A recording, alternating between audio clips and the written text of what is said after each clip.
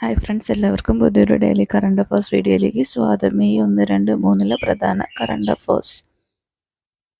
കേരളത്തിലെ എല്ലാ ഭാഗ്യക്കുറികളുടെയും ഒന്നാം സമ്മാനം 1 കോടി രൂപയാക്കി.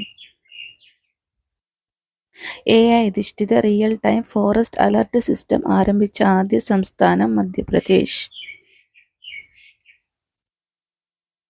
അടുത്തിടെ പാകിസ്ഥാന്റെ 16ഓളം യൂട്യൂബ് ചാനലുകൾ ബാൻ ചെയ്ത രാജ്യം ഇന്ത്യ. പകർച്ചവ്യാധികൾ നിയന്ത്രിക്കുന്നതിനായി കേരള ഗവൺമെന്റ് ആവിഷ്കരിച്ച പദ്ധതി ഹെൽത്തി കേരള.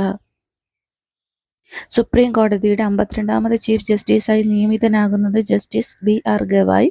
ഇന്ത്യൻ ജുഡീഷ്യറി പരമോന്നത പദവിയിൽ എത്തുന്ന രണ്ടാമത്തെ ദളിത് ജഡ്ജ്. KSRTC ബസ്സുകളിൽ ടിക്കറ്റിന് ഡിജിറ്റൽ ഇടപാട് നടപ്പാക്കുന്ന പദ്ധതി ചലോ ആപ്പ്. ആമസോണിന്റെ ഉപഗ്രഹ ഇന്റർനെറ്റ് പ്രോജക്ടിന്റെ പേര് കൈപ്പർ. 2025 ഏപ്രിലിൽ അന്തരിച്ച ഇന്ത്യൻ ഷൂട്ടിംഗ് ടീമിന്റെ മുഖ്യ പരിശീലകനും ദ്രോണാചാര്യ ജേതാവും പ്രൊഫസർ സണ്ണി തോമസ്. കേരളത്തിന്റെ 50ാമത്തെ ചീഫ് സെക്രട്ടറിയായി ചുമതലയേറ്റത് A. ജയതിലക്. 15 മണിക്കൂറോളം വാർത്താ സമ്മേളനം നടത്തി റെക്കോർഡ് സ്ഥാപിച്ച് മാലിദ്വീപ് പ്രസിഡന്റ് മുഹമ്മദ് മുയിസു.